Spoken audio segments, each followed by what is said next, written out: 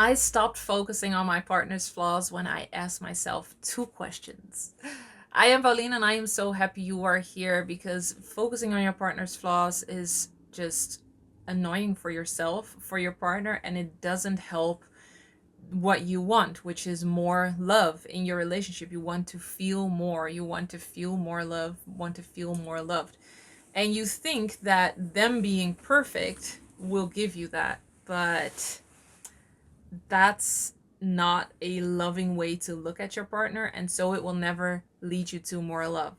So that was one insight I had that actually helped me, that if I was being unloving, I should not expect to feel more love for my partner. If I am focusing on flaws, I am not going to feel more love. And if that's what I want, then I should try a different strategy.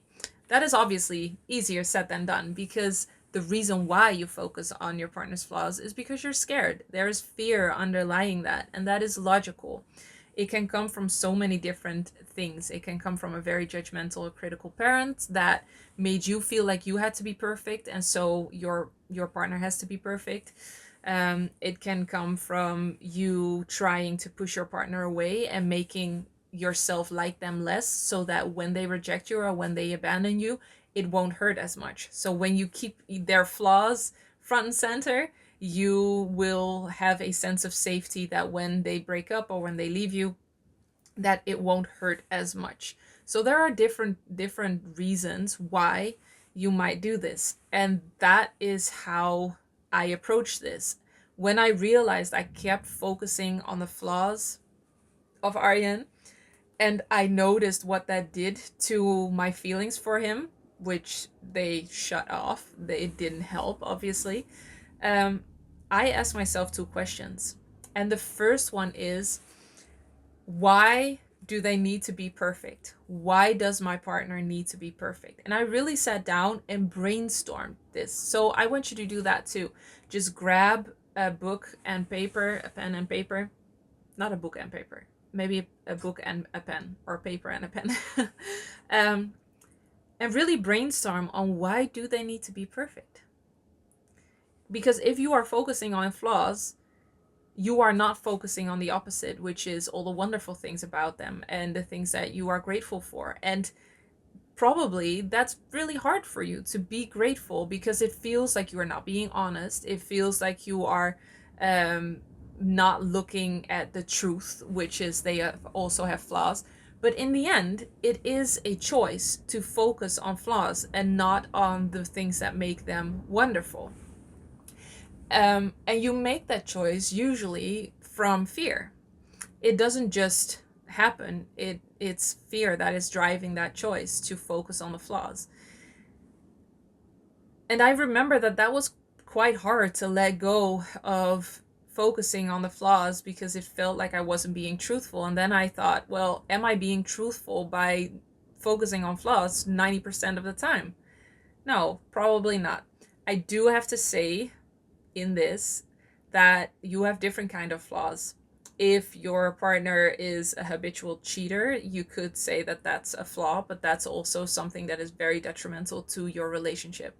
If they lie a lot, if they are tend to lie a lot, that's also a flaw, and that's also very detrimental to your relationship. So you have to make sure that the flaws that you see are not the ones that make you unsafe.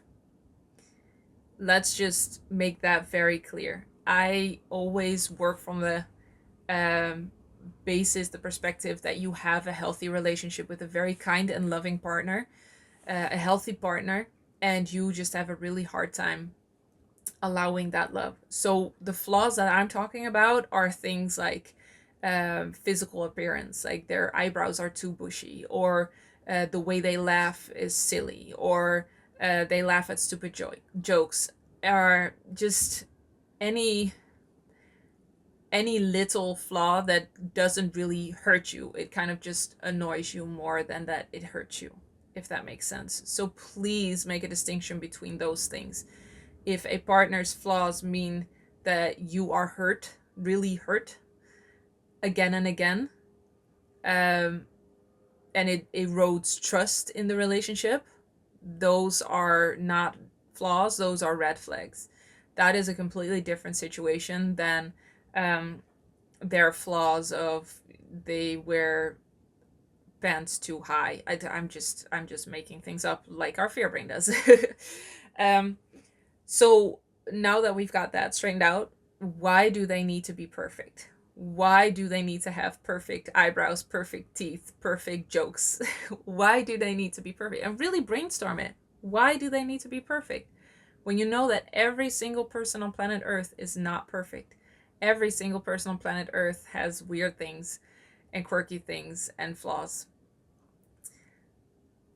Why is it that your partner needs to be perfect? What would happen if they weren't perfect?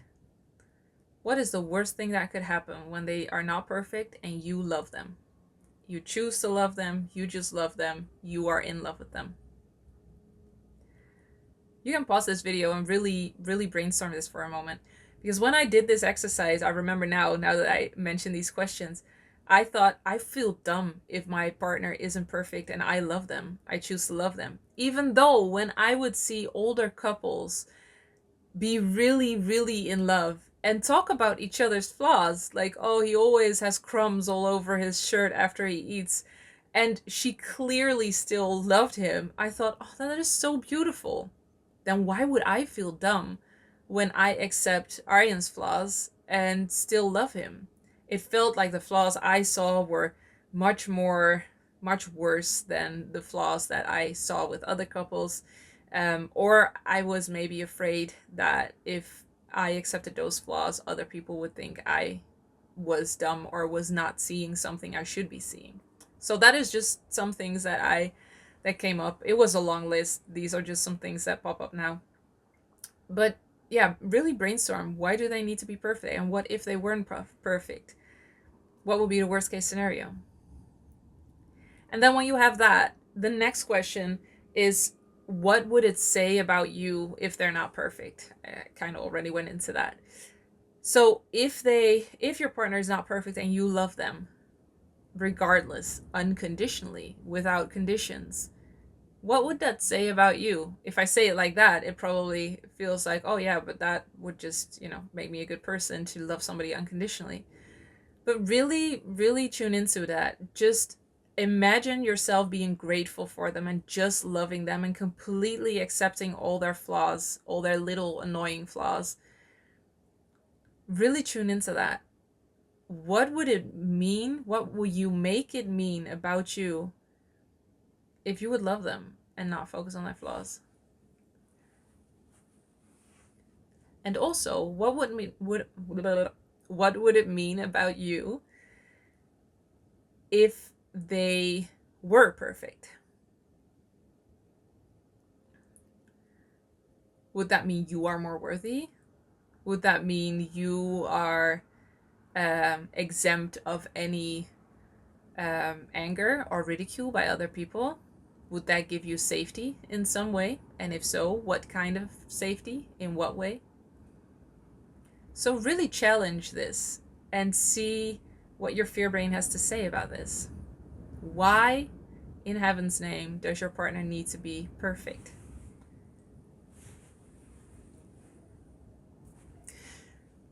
Because the truth is, focusing on flaws and wanting perfection always comes from fear. Love doesn't need perfection. Love needs safety. So when the flaws are red flags, that is a different story.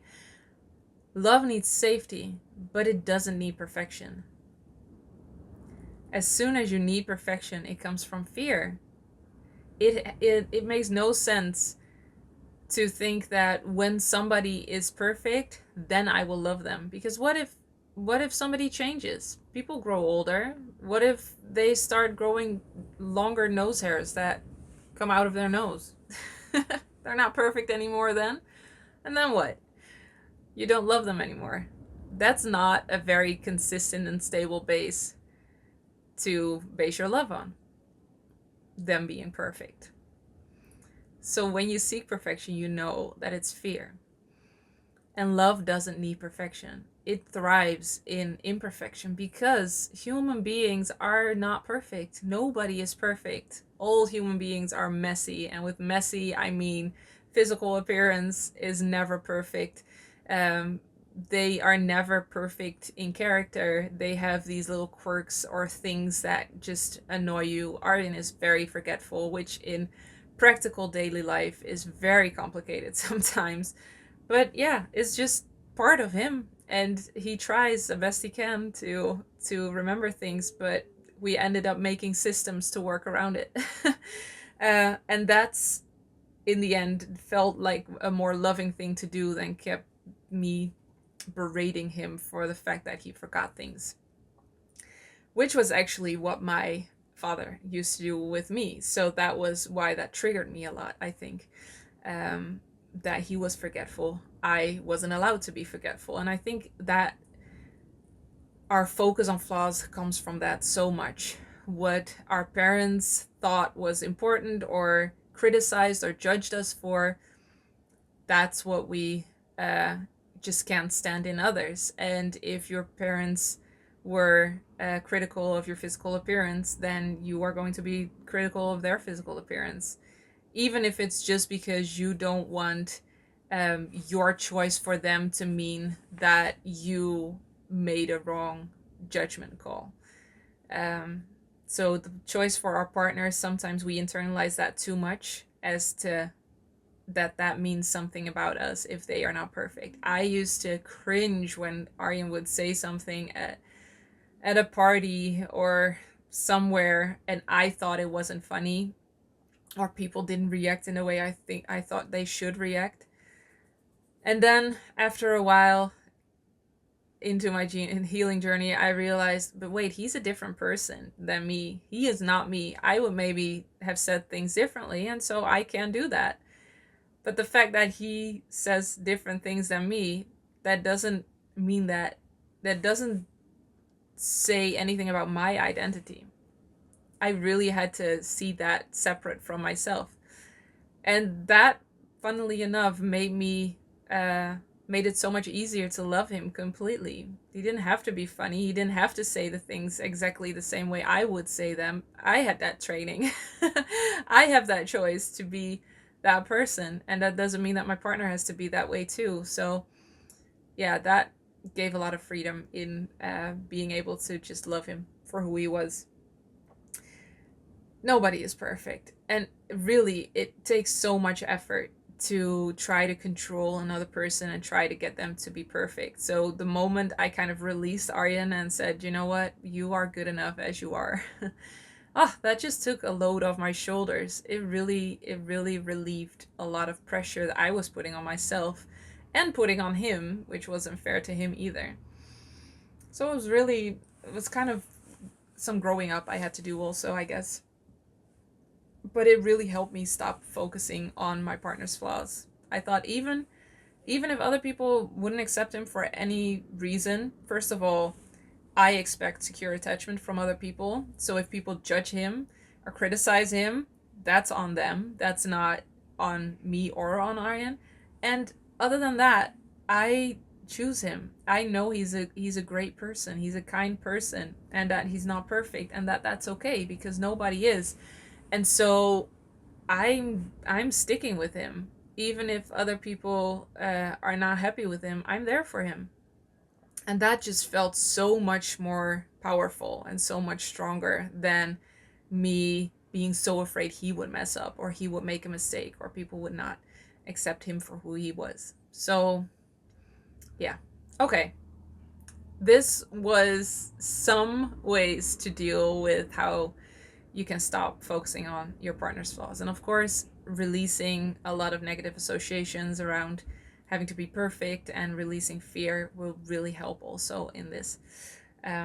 But these were some specific pointers. Please let me know if this was helpful in any way in the comments below. As always, I am so happy you are here, and I will see you in the next one.